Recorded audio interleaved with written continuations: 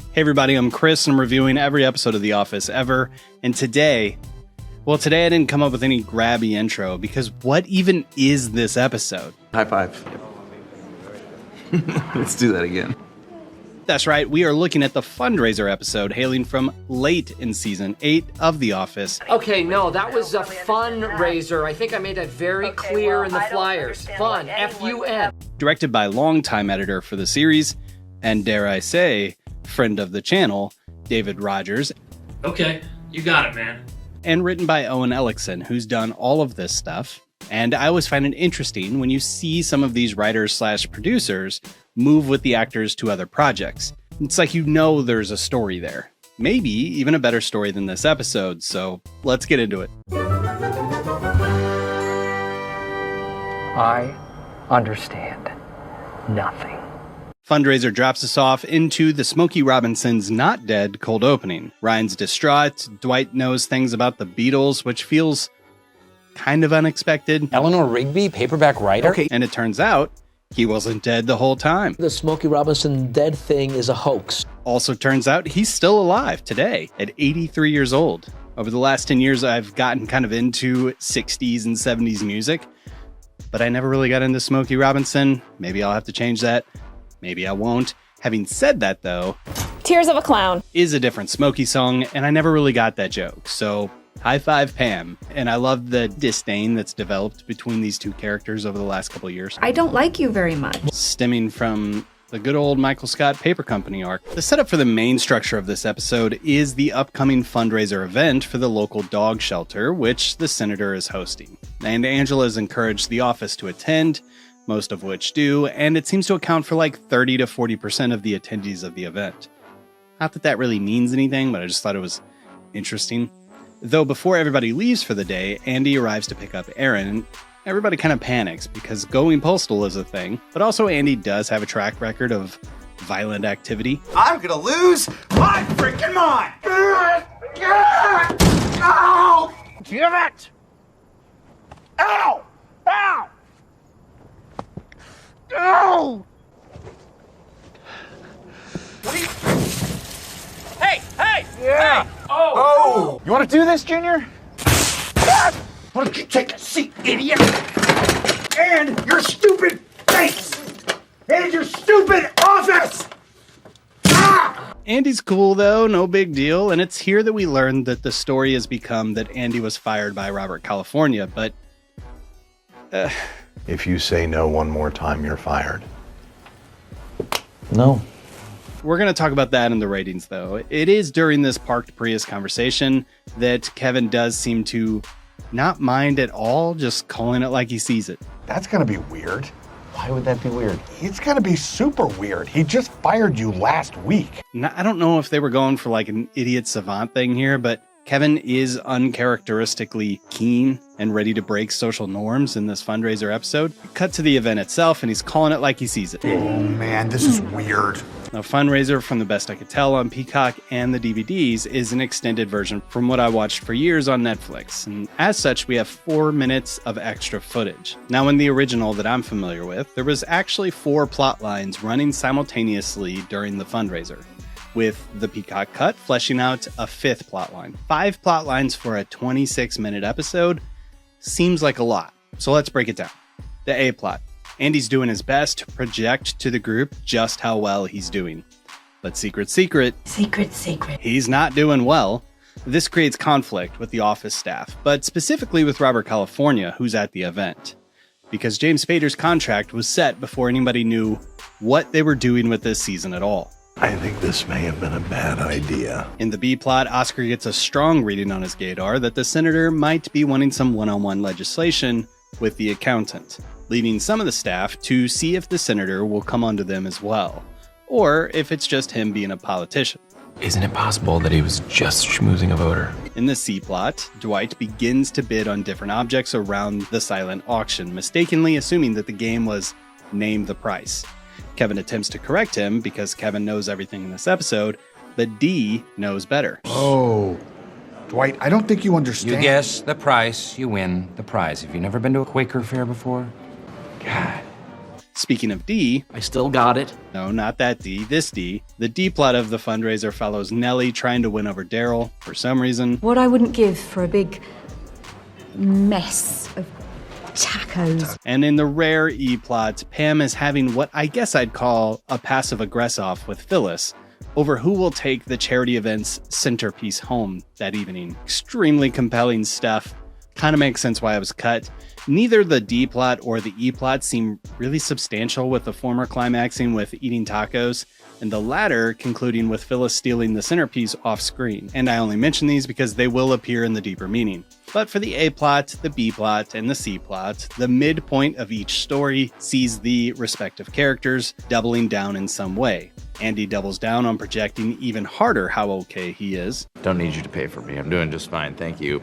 Why don't you quit harshing our pillow? I'll take a table. Dwight doubles down on his winning strategy. It's $475. And Oscar doubles down with validating his theory. This is interesting. It's like poetry, so if they rhyme. A couple of things to note here before we proceed is that Angela's hair cracks me up. It's very Republican state senator wife vibes, and her husband's love of dogs, contrary to her love of cats, is probably a little subtle take on whether Oscar's right or not. Which that plotline concludes, by the way, with Oscar validating his read on the situation. Which, while we know he likes to be right about things, Actually, his being right in this situation is kind of neat and a little complicated. It's like this exchange means something to his self-worth, but at the same time, he sees it as a bad thing for Angela. as a lover of elegant weddings, I'm a little excited. But overall, horrified. Dwight's story concludes with the auctioneer announcing that the salesman pledged about $34,000. which Dwight is coerced to the stage by Jim to give a speech about his philanthropic work. Except I don't think philanthropic is the right word. That's people. That's like good for people. The word we were looking for is zoophalist. I looked it up. Dwight's a great friend to animals, after all. I invented a device called Burger on the Go. It allows you to obtain 6 regular-sized hamburgers, or 12 sliders, from a horse without killing the animal. Nevertheless, he emancipates himself from any responsibility during his speech. Thank you and good night. And the A-plot with Andy resolves when he decides that his new life purpose can be taking care of a bunch of animals, which the shelter was there raising money for those 11 dogs, so really Dwight ducking out on any financial responsibility probably didn't hit the organization too hard. While the dog trainer is walking Andy through all of the medications and care needs for each dog, Jim, Pam, and Kevin come to check on Andy after his grandstanding, and seems like Andy's still struggling to come to grips with losing his job and kind of hurt from his sense of loyalty being stabbed at. He's not doing great. He was fired. This is terrible. And while the conversation that Jam, the Nard dog, and the dog handler are having, Kevin chimes in to speak some reality into the situation. You're gonna be all right. No. No, he's not. Yes, I am. Thank you, Kim. It's a decent joke, and it upends the normal sitcom tropes of how a resolution like this would occur. And that concludes the fundraiser's main story arc, though we do get a stinger on this episode, which starts to go real dark real fast. We find out to spread the love and burden of sending these dogs into their sunset, some of the office staff have decided to adopt them. One ends up in Pawnee, but more locally, the things that Kevin begins to share about his dog makes it seem like maybe he's no longer in the land of the living. I put on the TV for her, but I have to prop her eyes open so she can see it. She smells horrible. I don't want to put her in the bath. I'm afraid that she'll drown. And in my mind, this gets tangled with the turtle cold opening, which, oh yeah, the idea of someone not being dead when we thought they were dead was in the cold opening of this episode too. Smokey Robinson. Let's dive into the deeper meaning. It's a good point.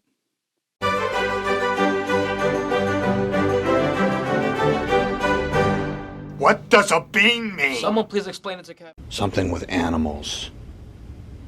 Or people. Sometimes I think that the writers maybe didn't anticipate some pedantic dude dissecting their entire stories of The Office on their YouTube channel. So, is Andy on his last leg? Is Nellie the worst? Is the senator gay for Oscar? Is Phyllis passive-aggressive? Is Dwight's ego causing him harm? The episode is full of questions like this and full of nuance. You take the essence of a fundraiser event like this itself. Are these things really about the pets? Not really. It's about making people feel like they're making a difference and giving the senator something to point to as a touch point in the community. If it wasn't about these things, giving money to a charity is pretty easy. There's cheaper and easier ways to do it. Now, this is all very pessimistic, but this is for sure the shady subtext of this episode. It's no surprise that each character are all projecting one thing, but feeling another. Andy's projecting confidence, but feeling betrayed. There's this character, Thomas Oregon, and he wants to destroy all the guitars in the world. So Thomas Oregon is an evil figure.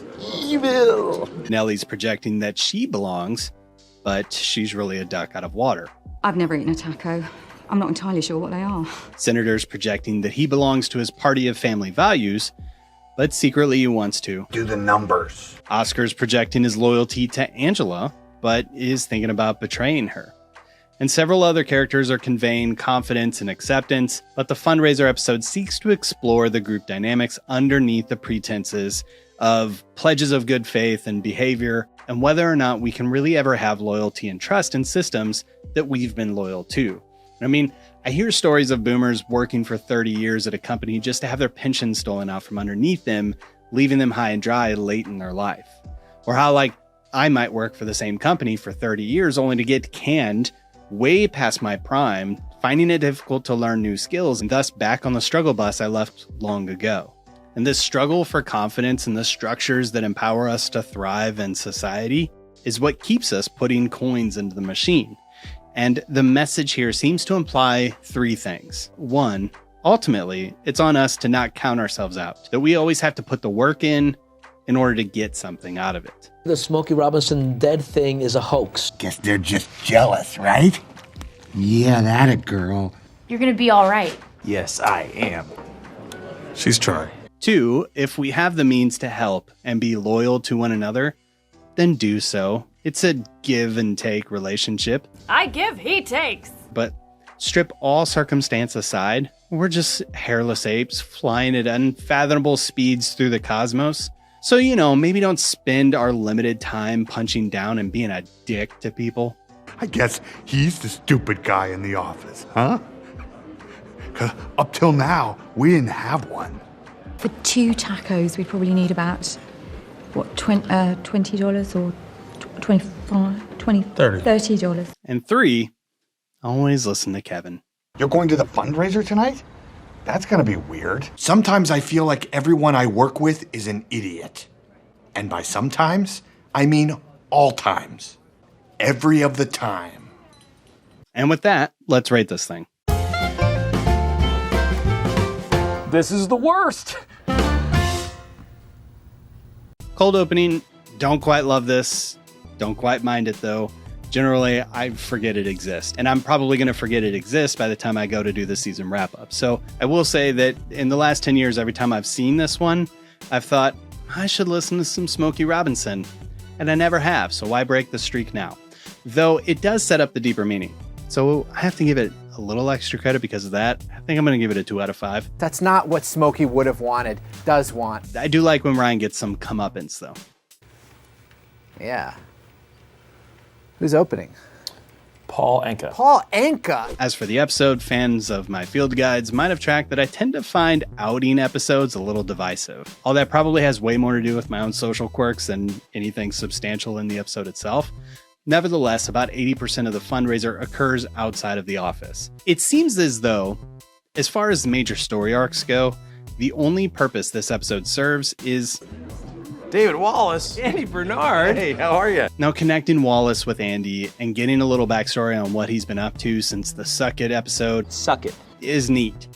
Though I do feel bad Michael missed out again on something that could help him fund a small group of elementary schoolers' college education. But I know what they're doing with this arc. I get it. Andy's the hard choice for manager. We've always known it. I've talked about it since the beginning of the season. We needed to get Andy from A to B, where A is a whiny a-hole and be his boss. While the first several episodes of season 8 served to humanize him, he really didn't deserve the promotion in the first place. Shut up about the sun! Shut up about the sun! His work ethic is sus at best, and his people skills are terrible. Doesn't matter what Pam looks like. He got the promotion in-universe because he probably represented the path of least resistance for the company going forward.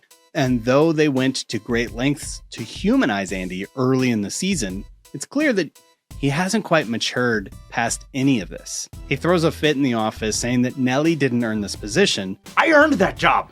But I think down deep, we're supposed to believe he believes he didn't earn it either, which is why Andy's impotence problem goes away when he quits. We're going to have to talk about that. If you jump off a building, of course blunt force trauma is what unalived you, but you know, there were circumstances that led to that diagnosis. My head is in such pain and turmoil! Which brings me back to the main point. Andy's impotence problem goes away when he quits, presumably because he's taken ownership of his own life. So when Andy quit by termination here, the writers were starting an arc of Andy really earning the manager seat. And he does earn it. If you track the next few episodes, it's almost like they forgot that they needed to write something for the fundraiser. So he ends up on a high point in the previous episode, ready to take life by the balls, but then we have to make a pit stop in desperation for literally no purpose, other than this episode needed to exist. And I get the feelings of betrayal and expecting the company to take care of him, and it's fine for the show to explore it, but he quit. Like, he was on a high note, and he quit. And he was supposed to go and venture out and do his thing. Like that rock opera. You could always do that, right? Yeah, I do. I have that. But then now we're here at this fundraiser. And if you're tracking with me through all of that, then we would probably also agree that this lack of foresight that the writers had for season 8 significantly hampered how well this season ended up. So taking the fundraiser episode as is, as a filler episode with very low stakes for any season-wide arcs, does it work as a standalone knee slapper? Again, I would say no. And yet, it's almost so packed that the pacing culminates and climaxes in such a stellar way, which had me laughing so hard I began to tear up. And I was shook. I was so shook, I took a picture. And that kind of thing feels really disingenuous if I saw somebody else doing it, but I don't laugh that hard. I wasn't lying in the last episode. I don't emote, especially when I'm by myself. But the cadence and the pacing of this episode, it's this very cluttered story that just keeps building to what we know is going to be a moment of cringe. We know that Andy's going to make a scene. It's in the bylaws of how you write an episode of The Office by this point. Although he's humanized at the end because he weeps uncontrollably and pees in his pants. But the sequence that caught me off guard was Dwight realizing his mistake and Jim goading him into a speech. It just slams the brakes on the entire episode, and we get to live in this moment. And it feels like classic Office. Deep breaths and all. Wow, I can't tell you what an honor it is. It's honestly one of the best laughs I've had with this series in quite a while. But it's not just that. There's some amazing moments. Goes on under here like this. That's right. Yeah. Oh, gosh. Yeah, you never get used to that. There's some good to great acting, and the audacity of Andy adopting 11 elderly dogs it's shocking, it's good, it's fine. And just so you know, even when I rate these badly, remember that it's on a scale of The Office. So taking it all up, we really needed Andy to grow through this episode and not a diversion. So I can't give this any more than a 2 out of 5. Stupid dog. But that's just what I think. Leave your thoughts in the comments and join me next time for season 8's penultimate episode, Turf War. Stay out of New York, Lloyd! Thanks for watching and see you next time.